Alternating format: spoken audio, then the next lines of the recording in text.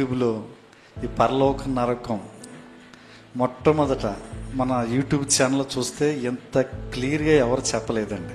చెప్పకూడదాం ఒకసారి. మనం ప్రకటన గ్రంథంలో యోహాను కోసం చూసాం. అది ఏదో పైన చెప్పినట్లుగా ఉంటే కొన్ని మనకు అర్థం అవ్వాయి. ప్రకటన గ్రంథం చదివితే కొన్ని అర్థం వస్తుంది. కానీ అమ్మగారు ఆ 7 బోర్ల ఉదన మొదలుకొని ఆ పరలోకంలో ఉండే పరదేశీ ఆ ప్రాంతాలు చాలా కూలంకుశంగా అర్థవంతంగా ఎక్సలెంట్ గ్రాఫిక్స్ అండి. ఆ గ్రాఫిక్స్ చూస్తే నిజమే అన్నట్లుగా ఉంటుంది. ఆ గ్రాఫిక్స్ కూడా కళ్ళు ఆర్పకుండా చూడవచ్చు. నేను ఒక్కో వీడియో మినిమం 10 సార్లు సరే రిపీట్ చూశాను చాలా వీడియోలు. అమ్మగారు మాట్లాడుతున్న మాటలు కానీ ఆ యేసు ప్రభు మాట్లాడుతున్న మాట విధానం చూస్తే పదే వినాలనిపిస్తాయి. ఆ మాటలు ఎంతో వినమ్రంగా చాలా ప్రేమగా దయగా ఆ మాటలని చాలా మార్చేయండి. నిజంగా మనం ఇంతవరకు చాలా చోట్ల బయటికి వెళ్ళేటప్పుడు మీరు పరలోకం చూసారని నరకం చూసారని చాలామంది అడుగుతూ ఉంటారు. మనం నిజాన్ని చూడలేదు. కానీ మన క్రైస్తవుల్లో నేటి సంఘాల్లో అంత్యకాలంలో ఇటువంటి దైవజనుల దేవుడు లేపడం నిజంగా దేవుడికి మహిమ. చెప్పలు కూడా దేవుడు మహిమ పడదామా? ఈ చివరి దినాల్లో నిజంగా ఉంది పరలోకమని మన పక్షంగా మంచిగా స్వరం దేవుడు ఆ తల్లి లేపాడు. నేను ఉదయకాలం 3 గంటలు వేసి ప్రార్థన చేసుకుంటున్నాను. 3 నుంచి 4:30 వరకు మినిమం ప్రార్థనలో ఉన్నాను అన్నమాట. సహజంగా యెహోవా అగ్ని మినిస్ట్రీలో మార్నింగ్ ప్రేయర్ ఉంటుంది 4 గంటలకి. అప్పుడప్పుడు జూమ్ మీటింగ్లు వచ్చి వెళ్తూ ఉంటాను. నాకు దర్శనం కనబడుతున్నాను అన్నమాట. నేను స్థలంలో గదిలో ఉన్నాను. ఓసలాంటివి ఉన్నాయి, జైలుకుండే ఓసలాంటివి ఉన్నాయి. తల్లిగారు అమ్మగారు ఆ బయట నుంచి వచ్చి అక్కడ నిలబడి గదిలోనే నా కోసం ప్రార్థన చేస్తున్నారు. ఆమె ప్రార్థన చేస్తున్నామంటే ప్రార్థన అయిపోయిన తర్వాత నేను గదిలోంచి బయటకు వచ్చాను. బయటకు వచ్చిన తర్వాత అమ్మగారు అంటున్నారు, బాబు మేము బెజవాడ వెళ్తున్నాము, మీరు వస్తారా అని అడుగుతున్నారు. ఆమె బెజవాడండి, సరే నాకు కారు ఉందిలేండి, నేను కారులో వస్తానులేండి అని అంటున్నాను అమ్మగారితో. ఆవిడ వెళ్ళిపోతున్నారన్నమాట. దర్శనం అయిపోయింది. మార్నింగ్ చూస్తే బెజవాడ ఏంటి, అసలు బెజవాడ ఎక్కడ ఉంది అని నేను గూగుల్లో టైప్ చేస్తే బెజవాడ కొడితే విజయవాడ వస్తుంది. విజయవాడ అంటే మా మమ్మీ గారి కదా ఏమన్నా మీటింగ్ ఉందేమో అని చెప్పేసి నేను యెహోవా అగ్ని మినిస్ట్రీలోకి వెళ్ళి అందులో చూశాను, షార్ట్ వీడియోలో చూశాను. 3వ తారీఖున విజయవాడలో ప్రతి నెల జరుగుతుందని చెప్పేసి వాగ్దాన కూడికని.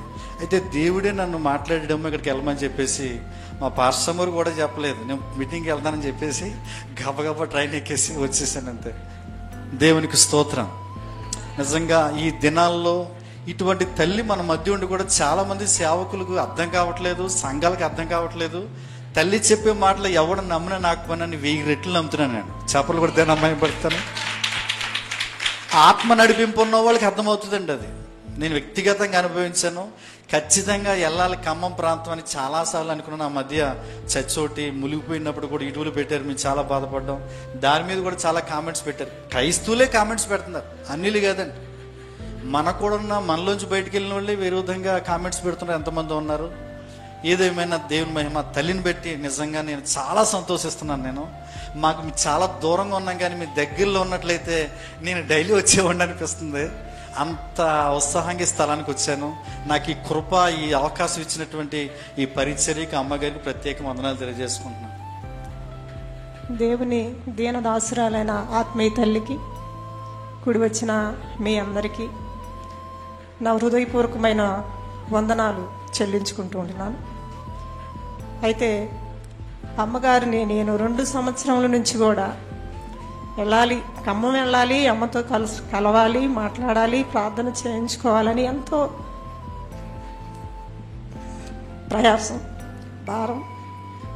అయితే మధ్య నేను ఫోన్ చేసినప్పుడు మరి సంతోష సిస్టర్ గారు, లావణ్య సిస్టర్ గారు మధ్యలో ఒక 2 సార్లు 3 సార్లు ఫోన్ కాంట్రాక్ట్ అయింది. తర్వాత ఈలోపు డిసెంబర్ నెలలో మరి తుఫాను వచ్చి మరి మందిరం కూలిపోవటం అది వీడియోలో పెట్టినప్పుడు నేను చాలా ఏడ్చా. నేను ఒక వారం రోజుల దాకా కూడా ఇంత భక్తిగా తల్లి మరి ఎంతో మందిని పరలోకము నరకము అనే యూట్యూబ్లో పెడతా ఎంతోమంది భయంకరమైన పరిస్థితిలో ఉన్నవారిని రక్షించి వారి ఆత్మలకు రక్షణ కలుగజేసి ఇంతగా ప్రార్థించిన తల్లికి ఎన్నో మరి చాలా మంది తల్లి మీద అబండాలు వేశారు, మాటలు కూడా చాలా మాటలు మాట్లాడారు. అప్పుడు నేను చాలా బాధపడ్డాను. ఏడ్చాను, ప్రార్థన చేశాను నేను. అయితే నేను తెనాలండి, మాది తెనాలి ఐతానగర్.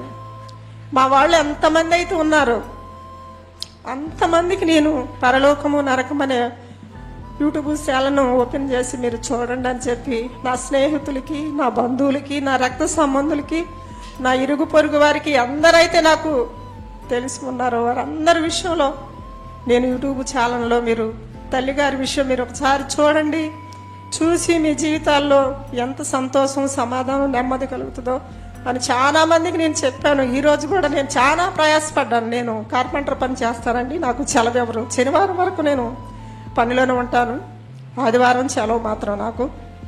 అయితే పోయిన నెలలో ఇక్కడ పెట్టారు 3వ తారీఖునని యూట్యూబ్లో పెట్టినప్పుడు నేను చాలా ఆశపడ్డా, రావాలని. దగ్గరకు వచ్చిందమ్మ, విజయవాడ వచ్చింది, మాకు దగ్గరలోకి వచ్చిందని అనుకున్నప్పుడు నాకు ఒక ఆటంకం కలిగింది. మా ఇంట్లోనే మా అన్నయ్య మనవడికి అన్నప్రసన్న జరుగుతుంది. ఆ ఇంట్లో మరి కార్యక్రమం కాబట్టి నేను రాలేకపోయా. చాలా నా ప్రాణం అంతా ఇక్కడే ఉంది కానీ నేను మనసు మనిషి మాత్రమే అక్కడ ఉన్నాను. చాలా బాధపడ్డాను. అయితే దేవుడు ఎంతగానో తల్లిని మరి అంతగా ఆత్మీయతలో నడిపిస్తూ, ఏ బిడ్డకైనా సరే బాధ వచ్చిందంటే నా సొంత బిడ్డగాను భావించుకొని ఎంతగానో కన్నీరు ప్రార్థన చేసే తల్లిని మాత్రం, ఇలాంటి తల్లిని నేను ఎక్కడా చూడలేదు. మరి నా విషయంలో కూడా నేను డిసెంబర్ నెలలో మందిర విషయంలో నేను ఫోన్ చేసి అమ్మతో మాట్లాడాలి, కలుసుదో కాంట్రాక్ట్ అవుద్దో అనుకొని మనసులో ప్రార్థన చేసుకొని ఫోన్ చేసినప్పుడు అమ్మ కాంట్రాక్ట్ అయ్యి వచ్చింది. అమ్మ ఎలా ఉండారు ఏంటంటే, బాగానే ఉండామమ్మా, ప్రార్థన చేయండి, మందిరము కూలిపోయింది, పెట్టుకోవడానికి మందిరం లేదని కొంచెం బాధతో మాట్లాడింది. ప్రార్థన చేస్తానమ్మన్నాను. దేవుడు మరి అనుకోని రీతిలో ఎంతో ప్రయాసంతో నేను మరి ఉదయాన్నే 4 గంటలకు లేచి ట్రైన్కి, తెనాలి ట్రైను. నేను ఇక్కడికి వచ్చాను 8 గంటలకి. నాకేం అర్థం కావట్లేదు. ఎవ్వరూ లేరు, ఒక్కళ్ళు కూడా లేరు. ఈ మందిరాన్ని ఊడుస్తూ ఉన్నారు. చిన్న పాప, మా సహోదరి. నాకైతే అనుమానం, డౌట్, ఇక్కడ కాదా. ఫస్ట్ స్టార్టింగ్ నేను వచ్చాను, ఏంది ఇక్కడ నాకు అర్థం కావట్లేదని చెప్పినప్పుడు పైనుండి పిలిచారు. నేను లోపలికి వచ్చాను, ప్రార్థన చేసుకున్నాను. అయితే దేవుడు మరి నా పట్ల చాలా సమస్యలు, బాధలు ఉన్నప్పటికీ కూడా దేవుని నమ్ముకున్న బిడ్డల్ని ఎప్పుడు కూడా విడిచిపెట్టే దేవుడు కాదు. దేవుడు నాకు, నేను నిజంగా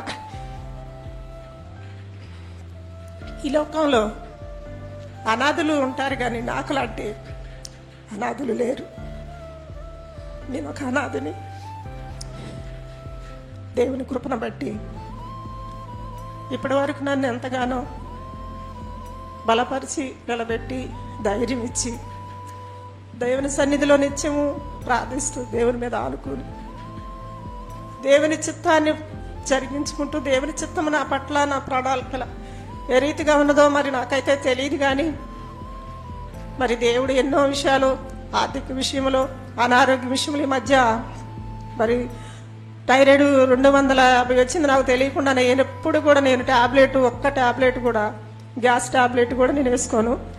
అలాంటిది నాకు తెలియకుండానే చాలా సిమ్టమ్ నాలో వచ్చేసినాయి, చేర్పులు మార్పులు వచ్చినాయి. చాలా కన్నీరిడిచి నేను ప్రార్థన చేశాను.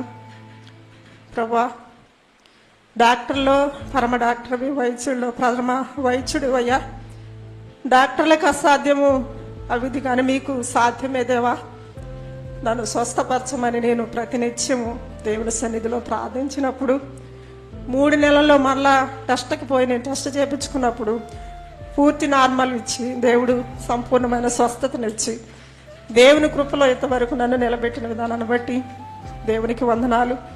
మరి నాకు 2 చిన్న మనవాళ్ళు ఉన్నారు, వాళ్ళ విషయంలో కూడా మీరందరూ ప్రార్థన చేయమని తల్లిగారిని కూడా ప్రార్థించుకుంటున్నాను.